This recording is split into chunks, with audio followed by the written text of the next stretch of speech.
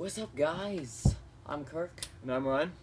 We're the Retro Bros, and we are starting this new show on our new channel, the Retro Bros. This is the show, The Good Stuff. Welcome. So today we're going to talk about some of the health benefits that drinking coffee every day can have.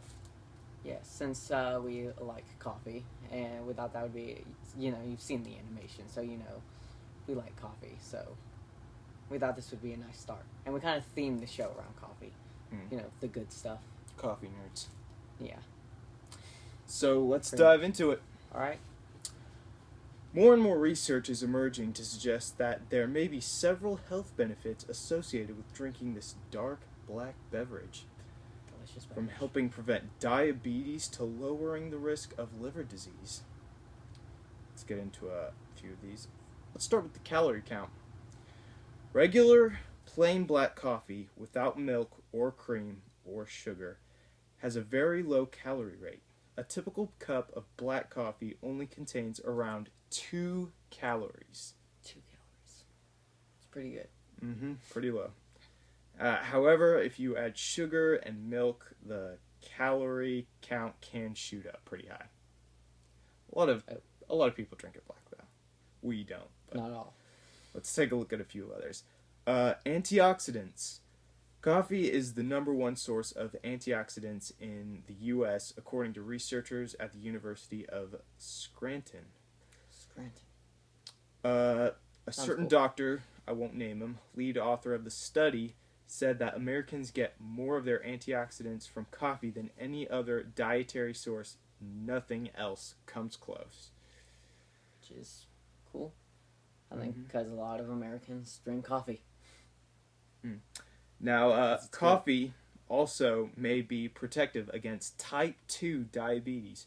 Researchers at the UCLA identified that drinking coffee increases plasma levels of the protein sex hormones binding...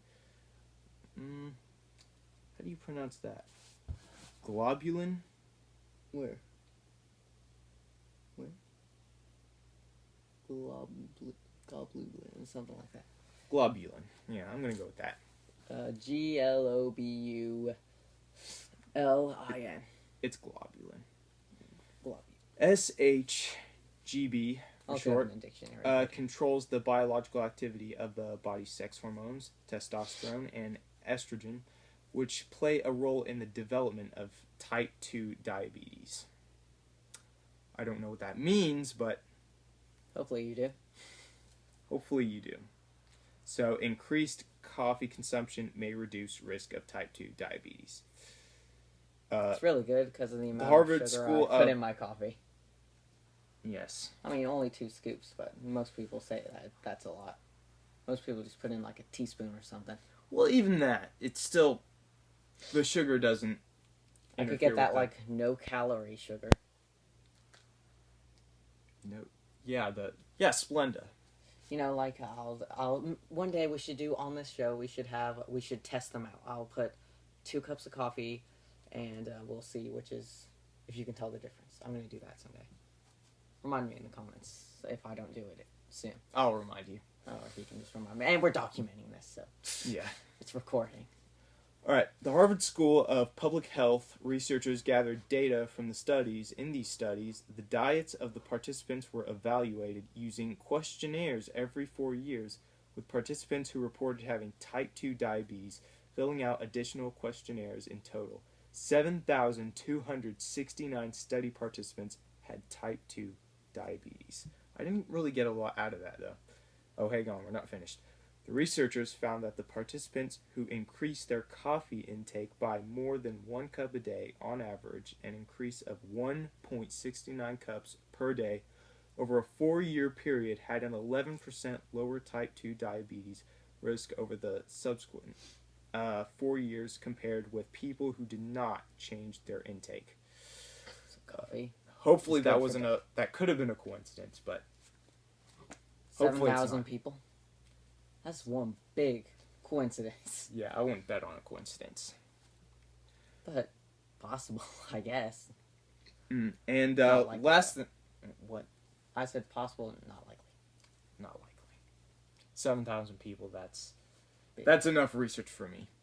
It's a scary coincidence. That it is.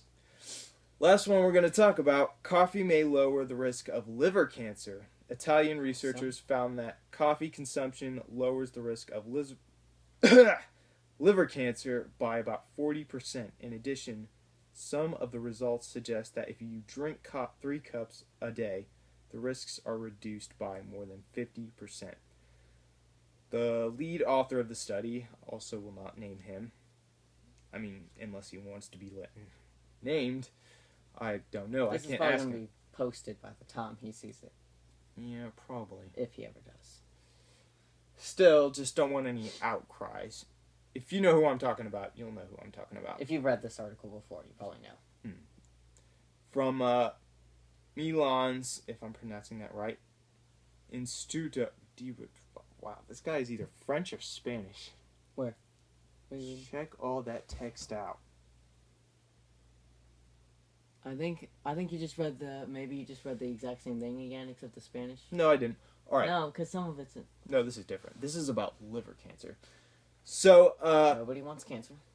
I'm guessing all this is the extensively long name of the research facility where this said doctor works. But anyway, he says, our research confirms past claims that coffee is good for your health and particularly, if I'm pronouncing that right, the liver. So, those are just a few of the many health benefits that coffee might have. So, if you love drinking coffee, don't feel bad about it. You're doing more good than harm. I know, right? Because the amount of people say, like, coffee is a drug, it's really bad for you, you shouldn't drink too much as a kid and all that. Don't listen to them. And turns out, they're completely wrong. Like, they were completely wrong with butter. They said that it was good for you, and then they actually studied it. Yeah, that's true.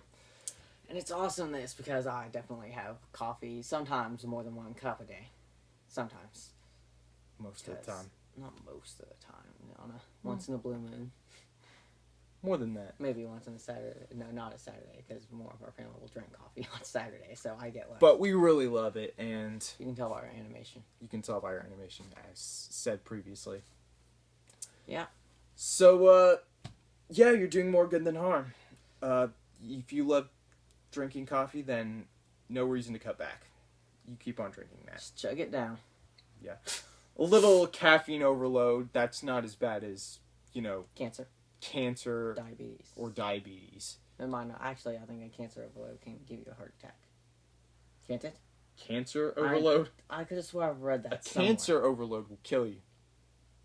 Not a cancer, I said, or not cancer. Caffeine overload? Caffeine, that's what I meant to say. Yes, okay, don't overload on this. We're not promoting